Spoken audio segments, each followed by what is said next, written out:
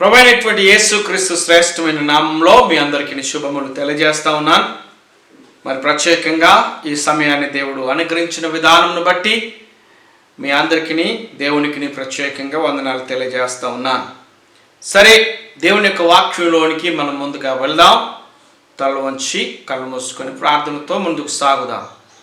ప్రేమ నమ్మకం కలిగిన మా తండ్రి, పరిశుద్ధాత్మ దేవుడా, గొప్ప దేవుడా, ఆశ్చర్యకరుడా, ఆలోచనకర్తమైనటువంటి దేవుడు, ఇదిగో నీ వాక్యాన్ని ధ్యానిస్తున్నటువంటి మేము వీక్షిస్తున్న ప్రతి ఒక్క బిడ్డలకు మేలు కలిగి చేసి మీ నామానికి మహిమ తెచ్చుకోనమని యేసునామమున ప్రార్థిస్తున్నాము తండ్రి, ఆమేన్.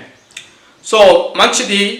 మన కీర్తన గ్రంథంలో 34వ కీర్తనలో 8వ వచనంలో అంటాడు, యెహోవా ఉత్తముడని రుచి చూచి తెలుసుకొనుడి, ఆయనను ఆశ్రయించు నరుడు ధన్యుడు అని వాక్యం సెలవిస్తుంది. దేవుడు మంచివాడు. ఇంగ్లీష్లో అంటాడు, O taste and see that the Lord is good. దేవుడు మంచివాడు, ఉత్తముడు, గొప్ప దేవుడు అని ఎలా తెలుసుకోవాలన్నాడు?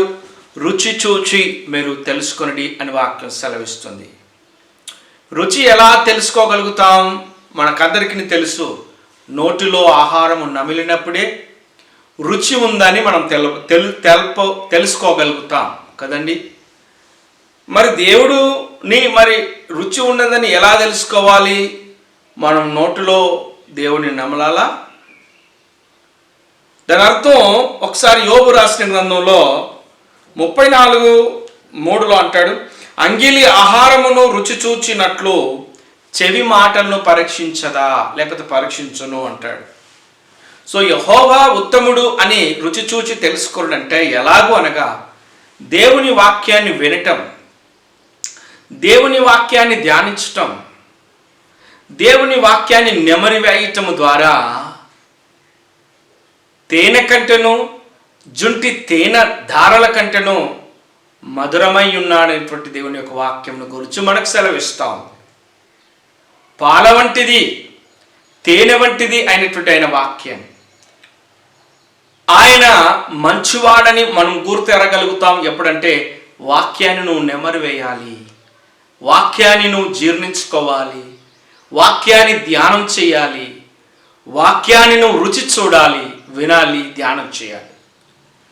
అందుకని పేతురు వ్రాసినటువంటి మొదటి పత్రిక 2వ అధ్యాయము మొదటి 2 వచనాల్లో కూడా మనకు అదే వాక్యాన్ని గుర్తు చేస్తూ ఉంటాడు. పేతురు రాసినటువంటి మొదటి పత్రిక 2వ వచనం, 2వ అధ్యాయము మొదటి 2 వచనం, ప్రభు దయాళుడని మీరు రుచి చూచి ఉన్న ఎడల సమస్తమైన దుష్టత్వమును, సమస్తమైన కపటమును, వేషధారణను, అసూయ, సమస్త దూషణ మాటలు మాని క్రొత్తగా జన్మించిన శిశువులను పోలిన వారై నిర్మలమైన వాక్యమును పాల వలన రక్షణ విషయంలో ఎదుగు నిమిత్తము ఆ పాలను ఆపేక్షించుడి అంటాడు. సో నువ్వు రుచి చూచి ఉన్న ఎడల, క్రీస్తుని రుచి చూచి ఉన్న ఎడల, దేవాది దేవుణ్ణి రుచి చూచి ఎరగిన ఎడల ఏమంటున్నాడు? సమస్త దూషణను మాన్తావు, కపటాన్ని, ద్వేషాన్ని, వాటన్నిటిని కూడా మరి పక్కన పెట్టి క్రొత్తగా మనము ఉంటున్నటువంటి ఆ యొక్క జన్మించిన శిష్యుల వలె పోలిన వారై నిర్మలమైనటువంటి వాక్యమును పాలన రక్షణ విషయంలో మనం ఎదిగే వారంగా ఉంటాము. ఆమేన్. దేవుని యొక్క దైవజనాంగమా, మరి దేవుని యొక్క వాక్యాన్ని లేక దేవాది దేవుణ్ణి రుచి చూచి తెలుసుకోగలుగుతున్నావా? ప్రభుని అసలు తినగలుగుతున్నావా? మనము ప్రశ్నార్థకంగా కొన్నిసార్లు మన జీవితంలో మిగిలిపోతూ ఉంటుంది. ప్రభుని రుచి చూచి తెలుసుకోవాలి, దేవుణ్ణి మనం ఎరగాలి, దేవుని ప్రతిదినము మనము భుజిస్తూ ఉండాలి, ఆయన ఆహారాన్ని భుజిస్తుండాలి, ఆయన వాక్యాన్ని భుజిస్తూ ఉండాలి.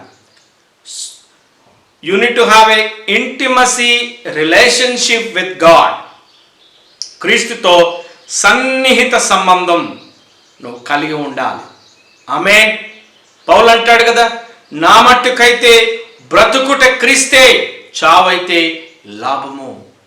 అవును ప్రియమైనటువంటి దేవుని యొక్క ప్రభు బిడ్డలారా, మన బ్రతుకులు కేవలం ప్రభు కోసమే బ్రతకాలి, కానీ మన కోసం మనకు లాభాన్ని చేకూర్చే విధంగా మనం బ్రతకకూడదు. Only we live only for the sake of Lord Jesus Christ. ఈ ప్రక్రియలో నీ ఆత్మీయమైనటువంటి జీవితంలో ప్రతిదినము కూడా ప్రభుని రుచి చూచి ఎరిగే బిడ్డలముగా ఉండాలి. So you need to get into the greater level of experiencing God or power of God, the spirit of God in your life. అంగిలి ఆహారము రుచి చూచినట్లు చెవి మాటను పరీక్షించదా అంటే చెవి కూడా రుచి చూస్తుంది. కొంతమంది వాళ్ళకి వినసొంపు కలిగిన మాటలు చెప్తే చక్కగా ఆలకించి మాటలు వినటానికి ముందుకొచ్చి దగ్గరకు వచ్చి మాటలు ఆలకించటం మొదలు పెడతారు. వినసొంపుగా లేని మాటలు అసలు వినకూడా వినరు, వెళ్ళిపోతూ ఉంటారు.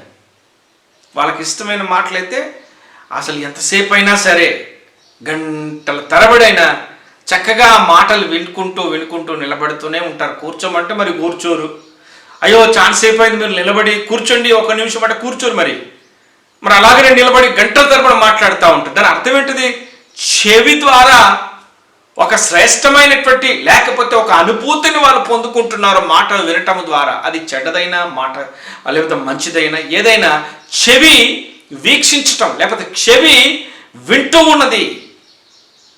వీక్షించటం అని కాదు, కానీ చెవి ఏం చేస్తూ ఉందంటే వినటం ద్వారా ఒక తృప్తిని మానవుడు పొందుకుంటున్నాడు. రోమిల రాసిన పత్రికలో ఏమంటాడు? వినుట క్రీస్తును గూర్చినదే అయి ఉండాలి. లోకానుసారమైన సంగతుల విషయంలో మనం వినే వారంగా ఉండకూడదు కదండి. ఎవరి గురించి వినాలి? నువ్వు క్రీస్తుని గూర్చిన మాట వినాలి. క్రీస్తుని గూర్చిన మాట వినటం ద్వారా నీకేమొస్తుందో తెలుసా? విశ్వాసం వస్తుంది. ఆమేన్. విశ్వాసము దేని ద్వారా వస్తుంది? వినటము ద్వారా వస్తుంది. ఆ వినుట క్రీస్తు ద్వారానే అయి ఉండాలి. కాబట్టి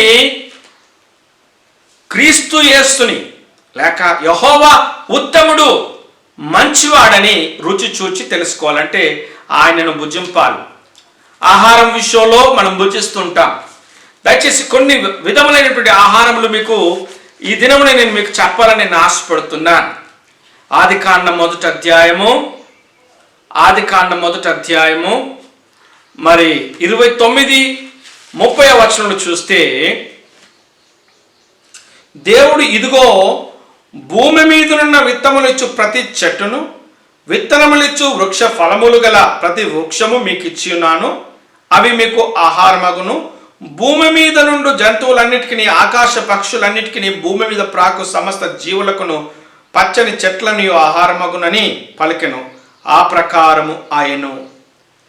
మొట్టమొదటి ఆహారం సృజించబడినటువంటి ఆది యందు మానవుడైనటువంటి ఆదాము, అలాగనే అవ్వలు, వారికి మొట్టమొదటిగా దేవుడు ఇచ్చినటువంటి ఆహారం ఆ యొక్క ఏదైనా తోటలో మనం చూసినట్లయితే భూమి మీద ఉన్నటువంటి విత్తనములిచ్చు ప్రతి చెట్టును విత్తనములిచ్చు వృక్ష ఫలములు గల ప్రతి వృక్షమును మీకు ఇచ్చినాను, అవి మీకు ఆహారమగును అన్నాడు. So there is no toiling in the garden of Eden. ఆ యొక్క ఏదైనా వనంలో ప్రయాసం లేదు, చెమట ఓడ్చటం లేదు. చక్కటి ఆహారాన్ని దేవుడు ఏర్పాటు చేసినటువంటి ఆ యొక్క వృక్ష ఫలములను అవ్వ ఆదాములు తినగలిగారు.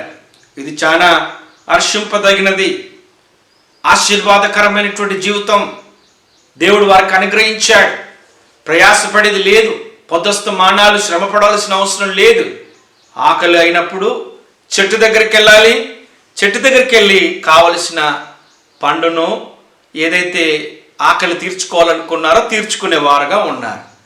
ఇది ఆ యొక్క ఏదేను వనములో ఉన్నటువంటి ఆహారాన్ని గురించి మనం చెప్పవచ్చు. రెండవది, ఐగుప్తు దేశంలో ఇశ్రాయేలీయులు తిన్నటువంటి ఆహారం, రుచి చూసి తెలుసుకున్న ఆహారం గురించి మనం మాట్లాడుతున్నాం. ఐగుప్తు దేశంలో ఇశ్రాయేలీయులు తినినటువంటి ఆహారం గురించి మనం చూసినట్లయితే 11వ అధ్యాయము సంఖ్యాకాండము సంఖ్యాకాండము 11వ అధ్యాయము 5 నుంచి 6. ఐగుప్తులో మేము ఉచితముగా తిని చేపలను, కీరకాయలను, దోసకాయలను, కూరకాయలను, ఉల్లిపాయలను, తెల్లగడ్డలను జ్ఞాపకము వచ్చుచున్నవి. ఏమంటున్నాడండి? ఇశ్రాయేలీలు ఒక మంచి మాట అంటున్నారు. ఏమంటున్నారు? చక్కటి స్టేట్మెంట్. మోషేతో చెప్తున్నటువంటి మాట. ఏం తిన్నాం మేము ఐగుప్తులో? మేము తినిన చేపలను, కీరకాయలను, దోసకాయలను, కూరకాయలను, ఉల్లిపాయలను, తెల్లగడ్డలు జ్ఞాపకం వచ్చుచున్నది. The food in Egypt. First we have seen the food in the Garden of Eden, and the second is the food in the land of Egypt. ఐగుప్తు దేశంలో, or country of Egypt దేశంలో ఇశ్రాయేలు తినినటువంటి ఆహారాన్ని గురించి మనం చూస్తున్నాం కదండి. ఏం తిన్నారంట? మేము చక్కగా అద్భుతమైనటువంటి చేపలు తిన్నాం, అద్భుతమైనటువంటి కీరగాయలు తిన్నాం. అసలు మాకు ఏ కొదువ లేదు మోషే గారు, అరణ్యంలో మాకు ఇక్కడ తీసుకొచ్చామన్న రీతిలో మోషే మీద స్టేట్మెంట్ ఇచ్చి మాట్లాడుతున్నారు. అదే 11వ అధ్యాయం సంఖ్యాకాండం 33వ వచనంలో ఆ మాంసము ఇంకా వారి క్షమించండి 11వ అధ్యాయము సంఖ్యాకాండము మనం చూసినట్లయితే చక్కగా వీళ్ళు ఏం చేస్తున్నారంట? 5, 6 వచనంలో మనం చూసినట్లయితే మాకు అవన్నీ కూడా జ్ఞాపకం వస్తున్నాయి. ఏవి? ఐగుప్తులో తిన్నవన్నీ కూడా జ్ఞాపకం వస్తున్నాయని సెలవిస్తున్నారు. మొదటిగా ఏదేను వనములో తిన్నటువంటి ఆది అవ్వ ఆదామును గురించినటువంటి ఆహారమును మనం చూసాం. రెండవదిగా ఐగుప్తు దేశంలో ఇశ్రాయేలు తిరిగినటువంటి ఆహారం గురించి మనం చూస్తున్నాం. 16వ అధ్యాయంలో నిర్గమకాండం 3వ వచనం చూస్తే ఇశ్రాయేలీలు మేము మాంసం వండుకొని కొండల యొద్ద కూర్చుండి తృప్తిగా ఆహారము తినప్పుడు అంటాడు. ఇశ్రాయేలు ఎలా తిన్నారంటే ఐగుప్తీయులు మాంసము, చేపలు, కూరగాయలు, ఉల్లిపాయలు, కీరకాయలు ఇవన్నీ కూడా వారు తినేవారు. ఇంకేమంటున్నాడు? మేము